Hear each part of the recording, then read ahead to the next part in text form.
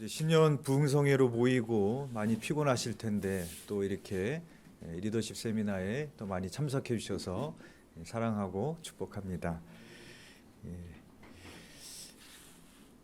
예수님께서 공생의 기간 동안에 이제 복음을 땅 끝까지 전파하셔야 되는데 예수님한테 수많은 무리들이 따라왔습니다. 그 무리들만 잘 모아서 오늘날로 말하자면 목회했으면 대형교회 목사님이 될 수 있었습니다. 그러니까 우리의 생각이라면은 땅 끝까지 복음을 전하려면 대형교회를 먼저 만들어 놓고 하는 것이 훨씬 수월하지 않을까, 훨씬 더 빨리 이룰 수 있지 않을까, 우리가 그렇게 생각해 볼 수가 있습니다. 근데 예수님께서는 의외로 그 수많은 무리들이 오는 무리들을 물리치시고 불과 12명의 제자들을 부르셔서 그들에게 모든 것을 다 쏟아부으시고 제자들에게 그 사역을 맡겨주십니다. 예수님의 전략과 선택이 틀리지 않았던 것은 오순절날 성령 강림이 사건을 통하여서 그들에게 성령이 임하였고 또 베드로의 설교에 회개했을 때 또 그들의 숫자가 120명에서 3,000명에서 그리고 예루살렘과 유대와 사마리아까지 복음이 흥왕하게 전파되어졌던 것을 우리가 볼 수 있습니다. 마찬가지로 올 한 해 우리 두드림 교회의 그런 모든 사역과 그 모든 것에 성공과 실패는 누구에게 달려 있는가? 바로 여기에 있는 우리들에게 달려 있습니다. 우리를 리더로 불러주셨는데 우리가 올 한 해 동안에 주님이 우리에게 맡겨주신 것을 위해서 우리가 얼마나 헌신하고 섬길 수 있는지 또 기도하며 사역을 감당할 수 있는지 거기에 달려 있다라고 볼 수 있는 것입니다. 오늘 우리 타이틀이 세미나인데 제가 뭐 강사도 아니고 뭐 그렇게 가르칠 만한 선한 것도 많이 없습니다. 그래서 우리가 많이 해봤잖아요. 많이 배운다고 그렇게 달라지지 않습니다. 중요한 건 뭐냐면은 오늘 배우기도 하겠지만 올해가 하디 선교사님 회심 120주년 되는 해입니다. 그 하디 선교사님 한 분이 회심을 했을 때 그 부흥의 불길이 원산 부흥 운동으로 이어지고 평양 대부흥 운동으로 이어졌던 것을 볼 수 있습니다. 따라서 바라기는 소망하고 기도하는 것은 우리 중에 정말로 하나님 앞에 철저히 회개하는 단 한 사람만 있더라도 그리고 하디 선교사님처럼 하나님 앞에 정말로 회심하는 한 사람만 있다면 우리 교회는 올해 달라지고 변화되어지고 하나님의 역사가 나타나게 될 줄 믿습니다. 바로 저와 여러분들이 그렇게 쓰임받는 하나가 되기를 소망합니다. 우리 교재를 보시면서 우리 강의를 진행하도록 하겠습니다.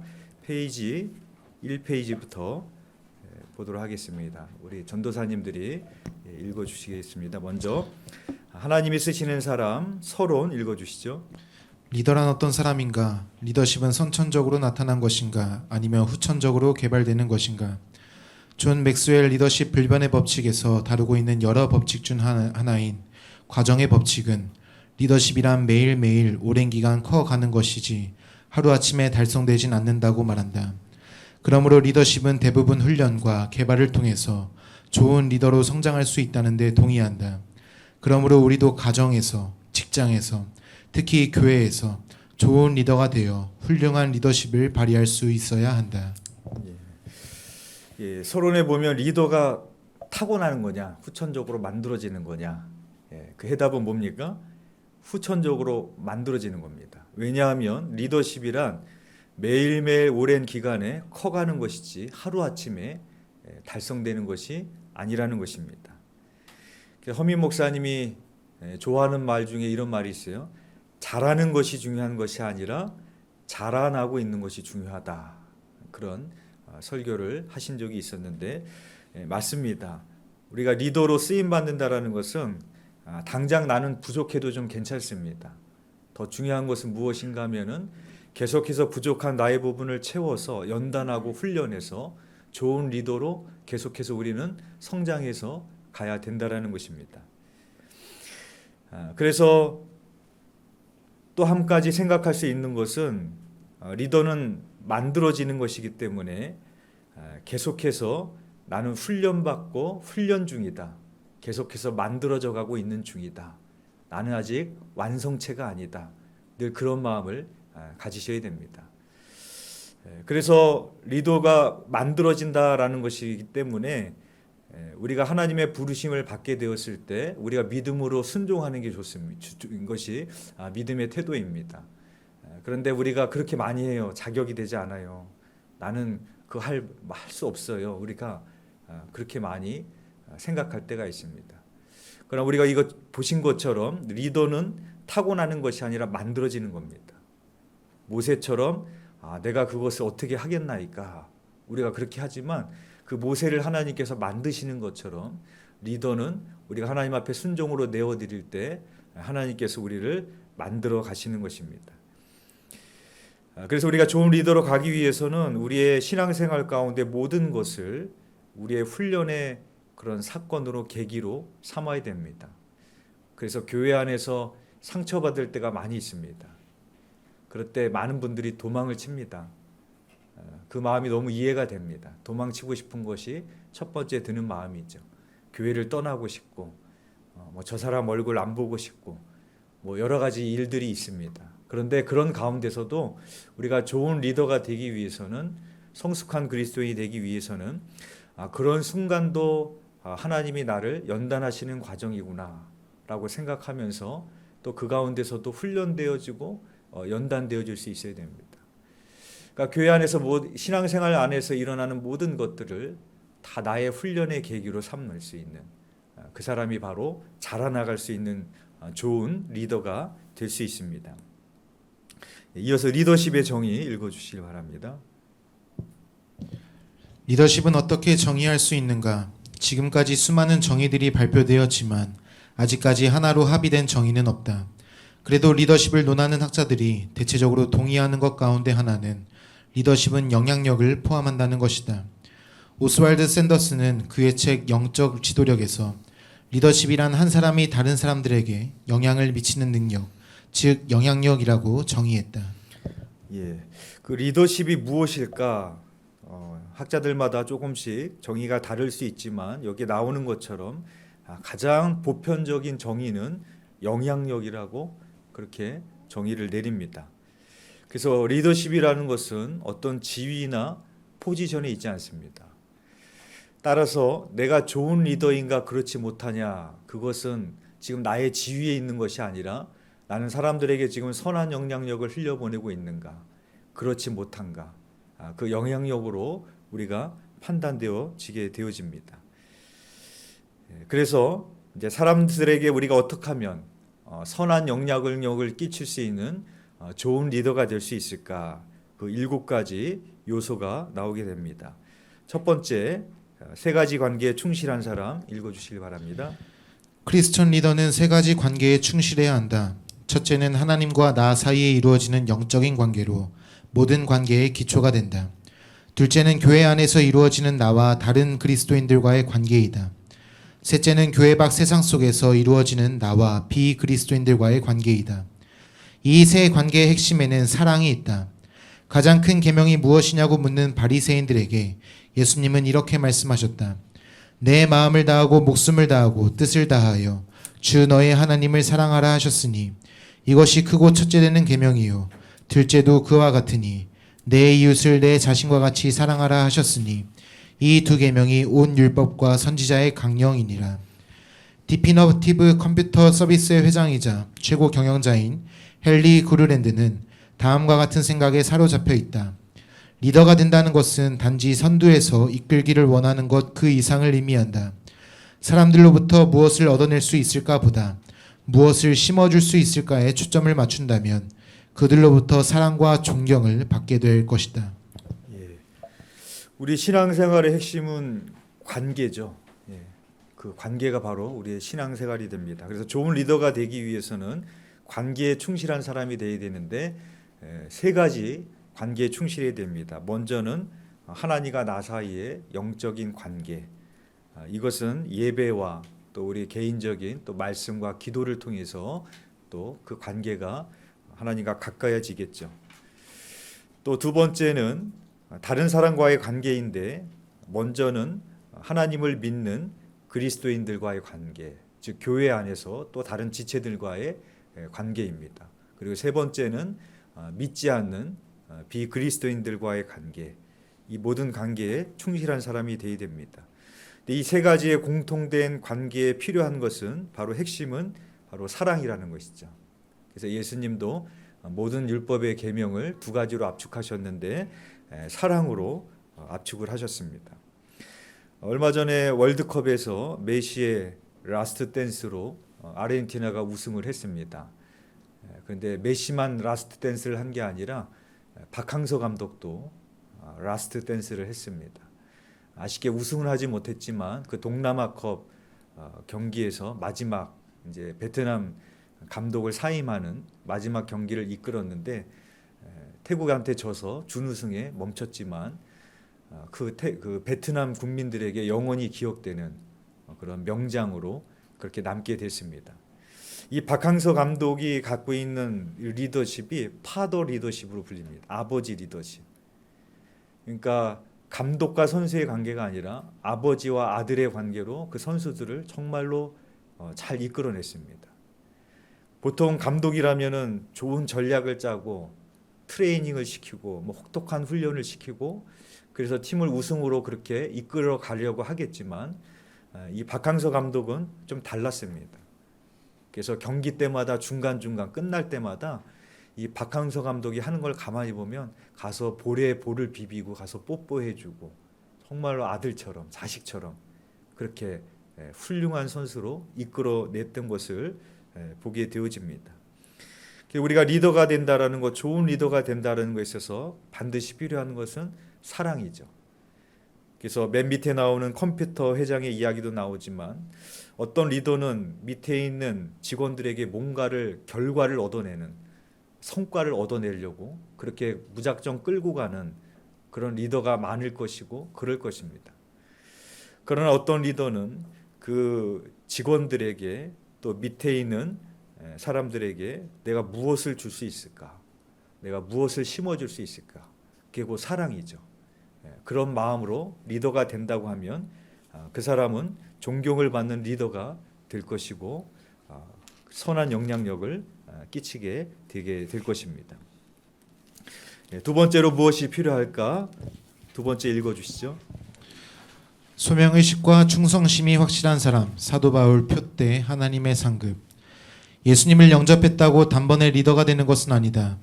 평생 신앙생활을 해도 교회의 주변인으로 남아있는 사람이 있는가 하면 리더로 성장해 많은 사역을 감당하는 사람이 있다. 하나님께서 나를 리더로 부르시고 사명을 주셨다는 것이 얼마나 복된 일인가. 맡은 자에게 구할 것은 충성이다. 달란트 비유에서 주인은 이렇게 말했다. 잘하였도다 착하고 충성된 종아. 내가 적은 일에 충성하였음에 내가 많은 것을 내게 맡기리니 내 주인의 즐거움에 참여할지어다. 모든 리더가 스스로에게 묻는 질문이 있다고 한다. 나는 무엇을 위해 죽을 것인가? 정말로 마지막 선택을 해야 한다면 결과에 상관없이 끝까지 하고 싶은 일은 무엇인가? 우리 리더에게 있어서 또 분명히 필요한 것은 소명의식과 충성심입니다. 여기 나오고 있는 것처럼 예수님을 영접했다고 단번에 리더가 되는 것이 아니죠. 계속해서 훈련되어지는 것입니다. 그렇다면 우리는 리더가 완성되어진 채로 하는 것이 아니라 평생에 걸쳐서 우리의 신앙생활도 마찬가지고 예수님의 리더로 쓰임받는 것도 계속해서 나는 훈련되어져야 되고 계속해서 노력해야 된다는 것을 우리는 잊지 말고 간과하지 말아야 될 것입니다. 그래서 리더로서 중요한 것은 소명의식과 충성심이 중요합니다. 그래서 나는 무엇을 위해 죽을 것인가? 오늘 이 일을 하다가도 죽어도 소원이 없는 것이 무엇일까? 그것에 대해서 궁극적으로 물어야 될 것이고 그것이 우리의 부르심이 되겠죠. 그래서 사도 바울은 그 부르심이 소명의식이 확실했기 때문에 충성심도 확실했습니다. 하나님이 나를 하나님의 사도로 부르신 것, 예수 그리스도의 종으로 부르신 것, 이방인의 그릇을 위해서 복음을 위해서 택정된 자다. 그 부르심이 확실했기 때문에 바울은 마지막 자기의 생명이 끊어지는 순간까지 하나님 앞에 충성된 종으로 나아갔던 것을 보게 됩니다. 그래서 마지막까지 표대를 향해서 그 하나님의 상급을 바라보면서 나아갔던 것을 보게 되어집니다. 그래서 우리도 하나님의 쓰시는 리더가 되기 위해서는 늘 하나님이 나를 부르신 그 부르심을 우리가 잊지 말아야 될 것이고, 우리가 그 부르심 앞에 충성되게 헌신할 수 있는 우리가 되어야 됩니다. 이어서 세 번째 읽어주시길 바랍니다. 적극적인 믿음과 긍정적인 태도를 가진 사람. 사도 바울은 내게 능력 주시는 자 안에서 내가 모든 것을 할 수 있다고 고백했다. 크리스천 리더는 자신이 부족하지만 하나님께서 함께 하시면 모든 것을 할 수 있는 적극적인 믿음을 가져야 한다. 적극적인 믿음에서 적극적인 생각과 행동이 나온다. 불평과 불만은 인생을 곤고하게 만들지만 적극적이고 긍정적인 생각은 사람을 건강하고 활기차게 한다. 그러므로 리더는 어떤 상황에서도 감사하며 긍정을 선택해야 한다. 좋은 나무 성품학교의 대표인 이영숙 박사는 힘든 상황에 직면했을 때 긍정을 선택하는 세 단계를 이렇게 제안한다. 먼저 스탑이다. 어떤 행동을 위하기 전에 잠시 모든 것을 멈추는 것이다. 그 다음 단계는 띵크다. 여러 가지 방법과 행동을 생각해 보는 것이다. 마지막 단계는 추스이다. 가장 긍정적인 것을 선택하는 것이다. 이렇게 함으로써 어려운 상황 속에서도 좋은 길을 선택할 수 있다. 하나님이 쓰시는 사람은 적극적인 믿음을 가지고 무슨 일이든 할 수 있다고 믿는 사람임을 잊지 말자. 심리학자 빅터 프랭클은 이같이 확신하였다. 인류의 마지막 자유는 어떤 상황에서든 우리가 우리의 태도를 선택할 수 있다는 것이다. 그는 이 말이 담고 있는 진리를 알고 있던 사람이었다. 나치의 수용소에서 죽음을 모면하고 온갖 시련을 통과한 프랭클린은 절대로 자신을 비하하는 태도를 용납하지 않았다. 그가 좋은 태도를 유지할 수 있었던 만큼 우리도 충분히 그렇게 할 수 있다. 좋은 리더는 적극적인 믿음과 긍정적인 태도를 가진 사람입니다. 긍정적인 사고방식이 믿음이 아니죠.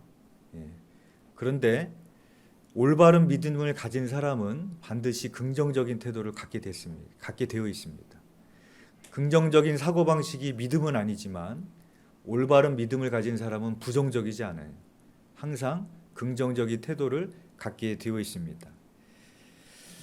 예전에 그 코로나가 한참 막 터졌을 때 그때 노방전도를 준비했었던지, 그래서 이렇게 전도용품을 뭐를 할까 이렇게 우리 교육자들끼리 모여서 회의를 했던 적이 있습니다. 그때 마스크가 굉장히 비쌌어요. 초창기에 기억나시죠? 그래서 마스크를 하면 어떨까 이제 그때 그런 의견을 냈는데, 그때 모여서 회의하던 사역자 중에 한 분이 굉장히 부정적인 얘기를 많이 했습니다. 비싸서 안 될 겁니다.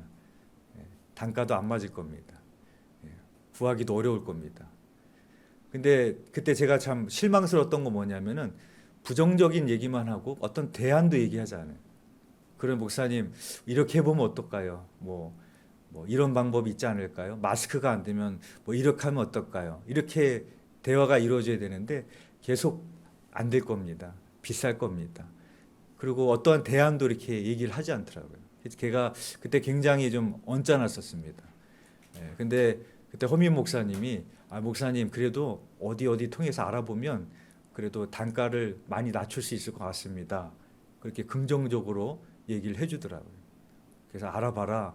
그렇게 얘기했더니 허민 목사님이 이렇게 알아봐서 정말로 생각보다도 할 수 있는 단가에 그 마스크를 구입을 해서 전도용품으로 썼던 것을 볼 수 있습니다. 지난번에 기도학교 갔을 때 그 강사님이었던 백용현 목사님이 그런 얘기를 하셨어요. 자기는 설교 시간에, 그리고 심지어는 설교 제목조차도 부정적인 단어를 쓰지 않는다. 그래서 똑같은 말이라도 부정적인 단어가 있으면은 긍정적인 단어로 바꾸지, 자기는 부정적인 단어로 얘기하고 설교하지 않는다.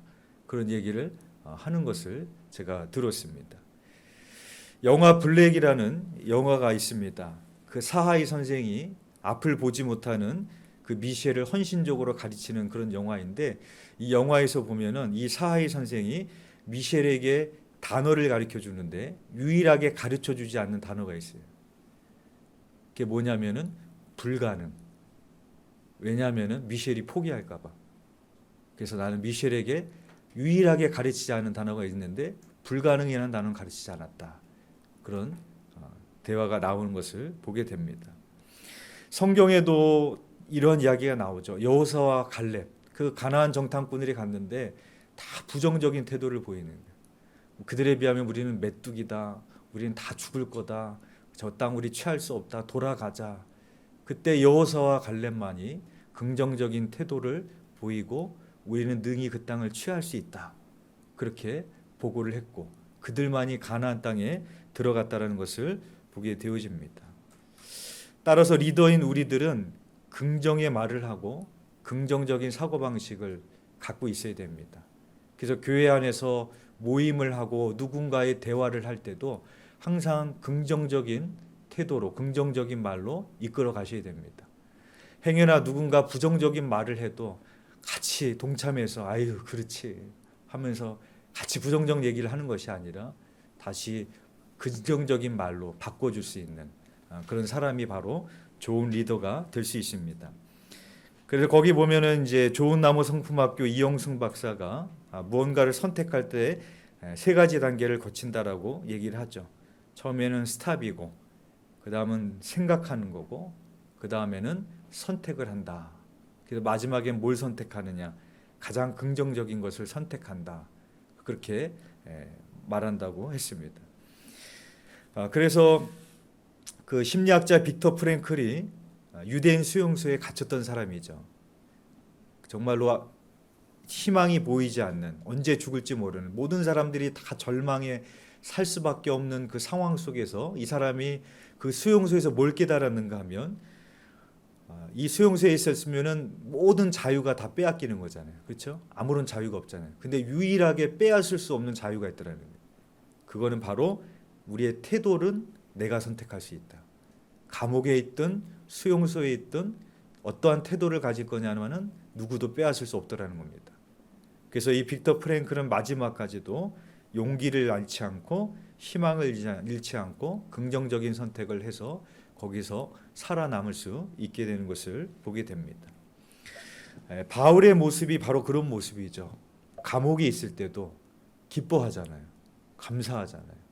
다 절망할 수밖에 없는 상황인데도 바울은 거기서도 긍정적인 태도를 선택하는, 기도를 선택하고 감사를 선택하는 것을 볼 수 있습니다.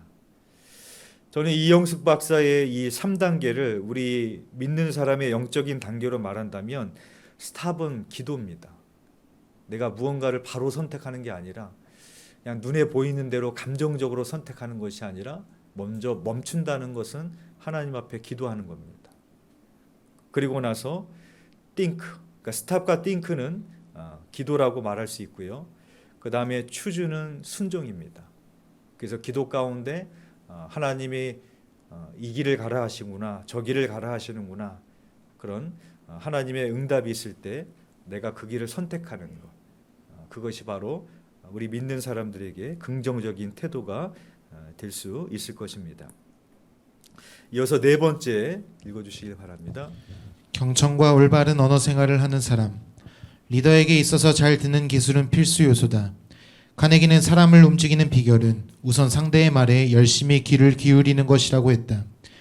그러므로 사람에게 좋은 영향력을 주어 그 사람을 움직이려 한다면 그 사람의 말을 열정적으로 들어주어야 한다. 잘 듣는다는 것은 소리를 듣는 것이 아니라 상대방의 마음을 이해하는 것이다. 이것을 경청이라고 한다. 크리스천 리더는 경청을 통해 자신이 상대방을 얼마나 소중하게 여기는지 보여주어야 한다. 교회뿐 아니라 세상에서도 사람들 사이에서 일어나는 대부분의 문제는 관계의 문제인데 이는 잘못된 의사소통에서 비롯되는 경우가 많다. 잘 듣지 않고 함부로 말하는 데서 문제가 발생하는 것이다. 크리스천 리더에게 경청만큼 중요한 것이 바로 언어 생활이다. 리더는 늘 선한 말을 하려고 애써야 한다. 무릇 더러운 말은 너희 입 밖에도 내지 말고 오직 덕을 세우는 데 소용되는 대로 선한 말을 하여 듣는 자들에게 은혜를 끼치게 하라고 했으며 형제에게 노하는 자마다 심판을 받게 되고 형제를 나가라 하는 자는 공회에 잡혀가게 되고 미련한 놈이라 하는 자는 지옥불에 들어가게 되리라고 말씀하셨다. 그러므로 상대방의 말을 경청하는 일만큼 바른 언어 생활에도 힘써야 한다. 훌륭한 리더는 업무적으로 교류할 때보다 자신을 따르는 사람들과 교류할 때 더 노력한다. 체스터필더의 남작 필립 스탠호프는 이렇게 믿고 있었다. 많은 사람들은 그들의 요구사항을 들어주기보다는 그들의 이야기를 들어주길 바란다. 경청이란 귀를 이용하여 사람들의 마음과 소통하는 것이다. 예. 좋은 리더가 되기 위해서 또 반드시 필요한 것은 경청과 올바른 언어 생활을 하는 사람입니다.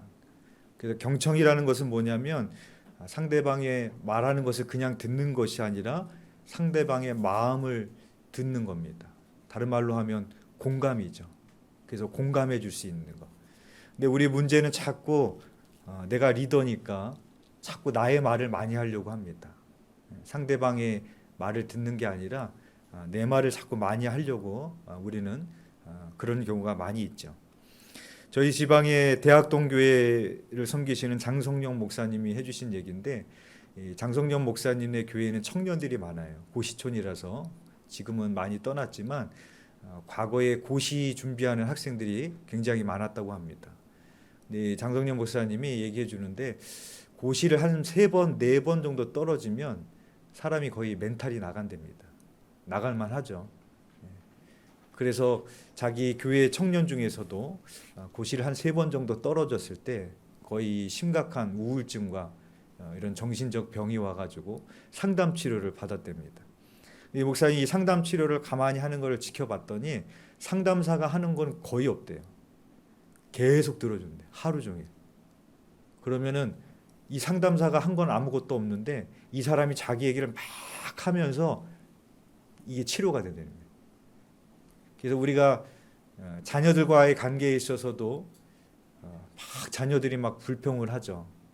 그러면은 우리는 그럼 도대체 뭐 어떻게 해달라는 거야? 요점을 말해. 뭐 어떻게 해야 되는데 우리는 문제 해결을 하려고 달려드는데 그때 그냥 자녀들이 하는 말을 그냥 다 듣고 그냥 다 그래 그렇구나 하고 들어주면은 아유 본인이 그냥 벌써 문제 해결이 돼가지고 그렇게 변화된다라는 것이죠. 그래서 크리스찬들에게 있어서 좋은 리더가 되기 위해서는 이렇게 말을 잘 들을 수 있는 경청의 자세가 필요합니다. 또한 필요한 것은 그만큼 또한 우리의 언어 생활이 많이 중요합니다. 듣기도 잘해야 되지만 말하는 것도 잘해야 됩니다. 그래서 교회에서 가장 큰 문제 중에 하나가 바로 말인 것 같아요. 말 때문에 상처받고 또 말 때문에 상처 주고 또 말 때문에 문제가 되고. 그래서 소크라테스가 말을 할 때는 3가지 채로 걸러라 그렇게 얘기를 했습니다. 첫 번째는 사실이라는 채로 걸러라. 무슨 말인가 하면 그게 사실인지 아닌지를 먼저 걸러내라. 그게 사실인지 아닌지도 모르고 우리는 막 떠들고 다니잖아요. 맞으면 맞고 아니면 말고 뭐 이런 심리로 남의 말을 우리가 그렇게 막 할 때가 있습니다. 두 번째는 그게 사실일지라도 선한 것인지를 먼저 걸러내라. 그러니까 우리가 말하려고 하는 것인지 정말로 선한 의도인지 그거를 먼저 점검해 봐라. 그렇게 말을 하고요.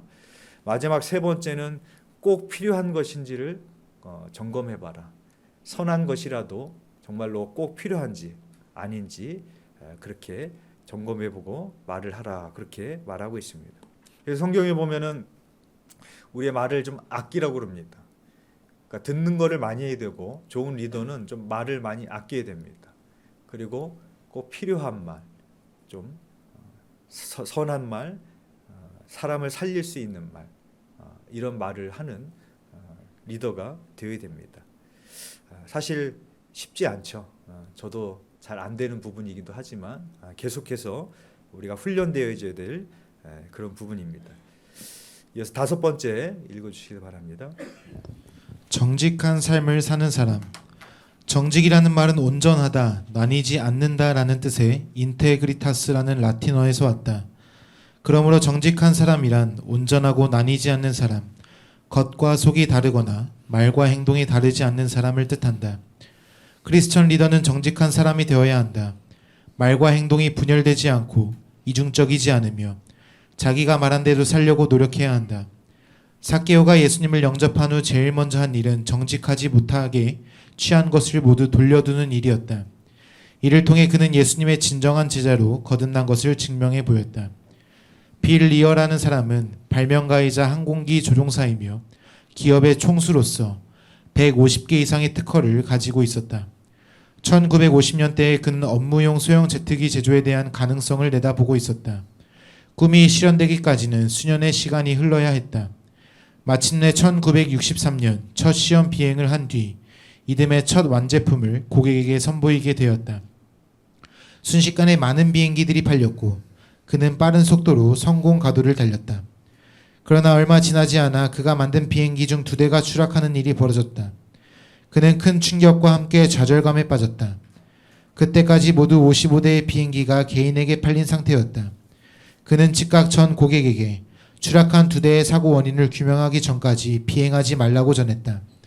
그는 추락 상황을 재현해보는 위험한 시험을 반복한 결과 우여곡절 끝에 결함을 찾아낼 수 있었다. 그리고 새 부품을 만들어 문제를 해결한 뒤 55대의 비행기에 그것을 장착시켜 위험 요소를 제거하였다. 문제를 해결하기 전까지 55대의 비행기들을 비행장에 묶어놓게 한 일은 리어에게 많은 비용을 치르게 하였다. 더구나 이 일은 잠재 고객에게 제품에 대한 의구심을 심어 놓았다.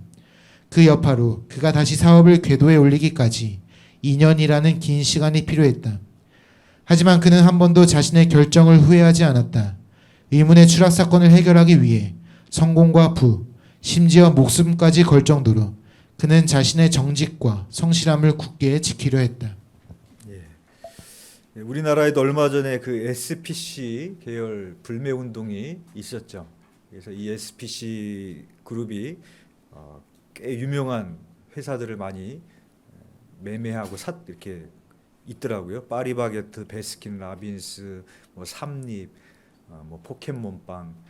그런데 그 빵을 만드는 기계의 한 여직원이 숨지게 되는데 그거를 가리고 계속해서 빵을 생산하게 했던 것이 이제 소비자들에게 알려지게 돼서 대대적으로 불매 운동이 벌어졌었던 적이 있었습니다. 기업들도 바로 소비자들에게 정직하지 못했을 때 신뢰를 잃어버리게 되죠. 그래서 이 기업들에게 있어서도 그 생명처럼 여겨야 될 것은 무엇인가 하면 바로 정직입니다. 다윗이 밧세바를 간음한 이후에 하나님 앞에 기도할 때 내 안에 정직한 영을 창조하여 주옵소서. 정직한 영을 하나님 앞에 구했던 것을 볼 수 있습니다. 이 정직이라는 것은 단순히 어떤 윤리적으로 솔직함 이런 의미보다도 여기 나오는 것처럼 나뉘지 않는 겁니다. 그러니까 정직은 우리가 교환에 있는 모습과 세상에 있을 때의 모습이 나뉘지 않아야 되는 것이고, 또 예배를 드릴 때 우리의 모습과 또 예배를 드리지 않을 때 우리의 모습이 나뉘지 않아야 되는 것이고, 우리의 그런 것들이 겉과 속이 나뉘지 않고 우리의 말과 행동이 나뉘지 않고 우리의 믿음과 삶이 나뉘지 않는 것, 이것이 바로 정직입니다. 하나님께서는 그 정직한 사람을 사용하시기 때문에 우리가 리더로서 또 중요한 요소가 되는 것을 알 수 있습니다. 6번째 보도록 하겠습니다. 헬퍼십을 실천하는 사람. 헬퍼십이란 돕는 자의 성품을 뜻한다. 교회는 그리스도의 몸이며 그 머리는 그리스도요 그 지체는 우리 모두다. 그러므로 그리스도의 몸을 이루는 우리는 서로 협력하고 연합해야 한다. 헬퍼십은 헤드십과 반대된다. 헤드십은 지배하고자 하는 성품이다. 헤드십을 가진 사람은 언제나 지배와 굴림을 생각한다.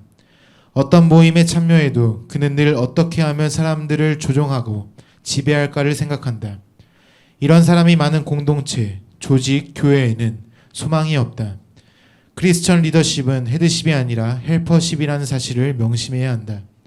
알버트 슈바이처, 가장 높은 수준의 리더가 되고 싶다면 가장 낮은 곳에서 기꺼이 섬길 수 있어야 한다. 좋은 리더는 헬퍼십을 실천하는 사람입니다. 이 헬퍼십을 돕는 자의 성품이라고 말하고 있는데 다른 말로 한다면은 섬기는 리더십이죠. 그리고 종의 리더십입니다. 바로 예수님께서 우리들에게 보여주셨던 그런 리더십입니다. 그래서 사람들이 이 리더십을 헤드십으로 많이 오해할 때가 있습니다. 지배하고 군림하고 조종하고 사람들의 머리에 있으려고 하는 그런 마음을 많이 갖고 있는데 그것은 성경적이지 않은, 예수님이 보여주지 않는 그런 리더십입니다. 예수님은 유월절 전날에 식사를 하던 중에 자리에서 일어나 겉옷을 벗으시고 허리에 수건을 두르시고 자세를 낮춰서 제자들의 발을 씻기셨습니다. 그리고 내가 너희에게 행한 것을 너희도 행하게 하기 위함이다 하면서 본을 보이셨습니다. 우리들에게 보여주셨던 섬김의 리더십이죠.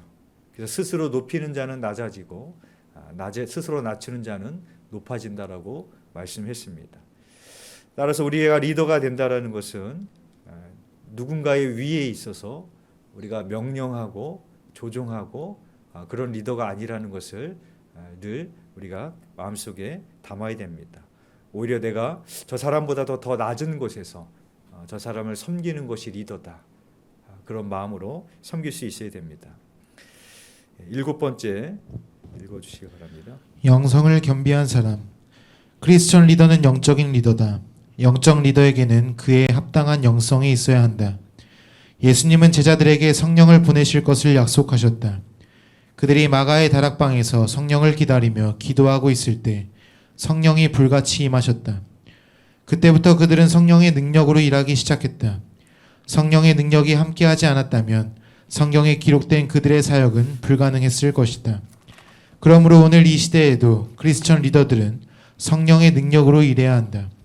그렇다면 성령의 능력으로 일하는 리더들은 그들의 영성을 어떻게 유지해야 할까? 첫 번째, 날마다 하나님의 말씀을 묵상해야 한다. 하나님의 말씀을 읽지 않고서는 하나님의 뜻을 알 수 없다. 주의 말씀은 내 발의 등이요 내 길의 빛이시니이다 라고 했다. 그러므로 크리스천 리더는 날마다 하나님의 말씀을 통해 그분의 뜻을 깨닫고 하나님께서 인도하시는 길을 따르는 삶을 살아야 한다. 두 번째, 늘 깨어 기도해야 한다. 기도는 하나님과의 깊은 영적 대화이며 하나님의 능력을 공급받는 통로이다.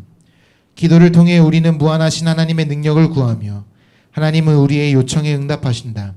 기도 응답은 우리의 신앙생활을 더 풍요롭게 만들어주며 매 순간 하나님이 살아계심을 확신시켜준다. 그래서 성경은 쉬지 말고 기도하라고 했다. 크리스천 리더는 끊임없는 기도 생활을 통해 하나님과의 깊은 영적 교제를 나누고 능력을 공급받아야 한다. 세 번째, 신령과 진정으로 예배해야 한다. 예배란 하나님을 만나는 시간이다. 이 시간을 통해 우리는 하나님을 경배하고 영광을 돌리며 예물을 드린다. 하나님은 이 시간을 통해 우리에게 말씀하시고 축복하신다. 하나님은 오늘도 신령과 진정으로 예배하는 자들을 찾으신다. 그리고 그렇게 예배하는 자들을 통해 일하신다. 예, 크리스찬 리더가 세상의 리더하고 구별되는 가장 중요한 것은 영적인 리더가 되어야 됩니다. 그래서 우리가 올 한 해도 리더로 쓰임 받는다라는 것은 개인의 경건 생활에 힘써야 되고 말씀을 읽고 묵상하고 기도해야 됩니다. 또 예배해야 됩니다.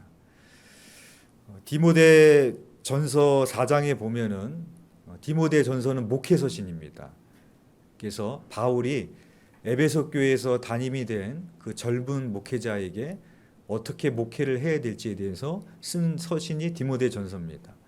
그때 디모데의 나이가 한 20대 정도로 추정이 됩니다.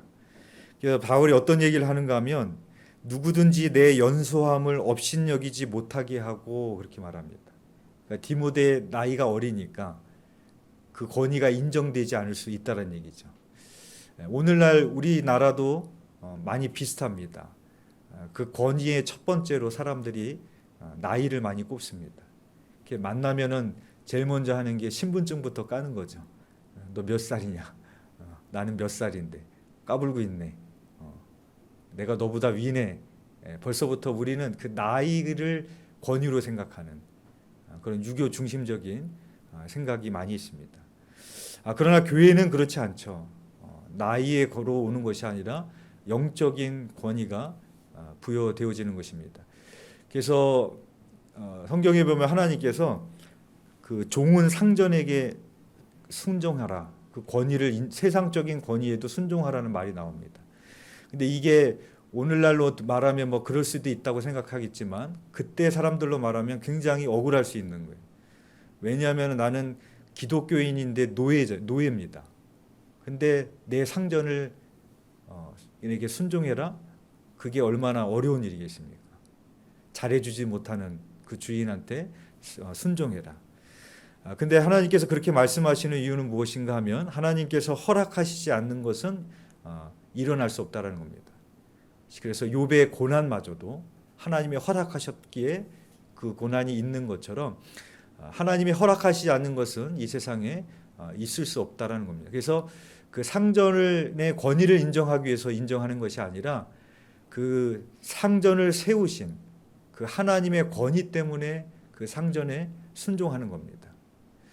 그 아빠의 권위를 믿어서 아빠의 권위 때문에 아빠에게 순종해야 되는 게 아니라 그 아빠를 그 가정의 영적인 권위자로 세우신 하나님 때문에 그 권위를 인정하라라는 겁니다.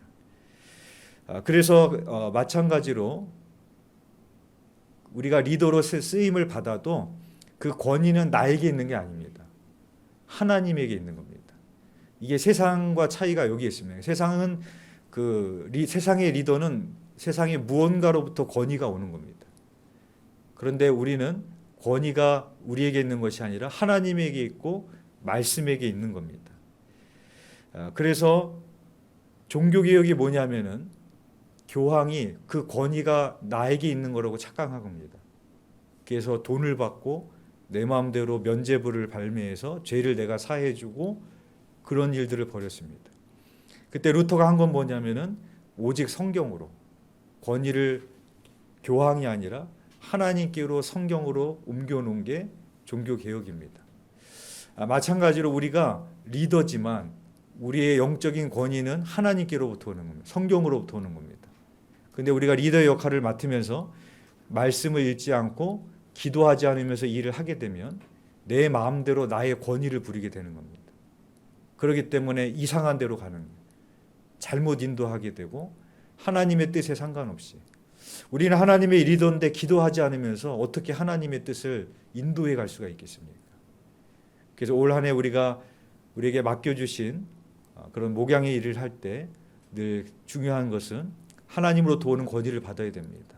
그래서 말씀과 늘 기도 가운데 먼저 영성이 세워지시는 저와 여러분이 되기를 간절히 소망합니다.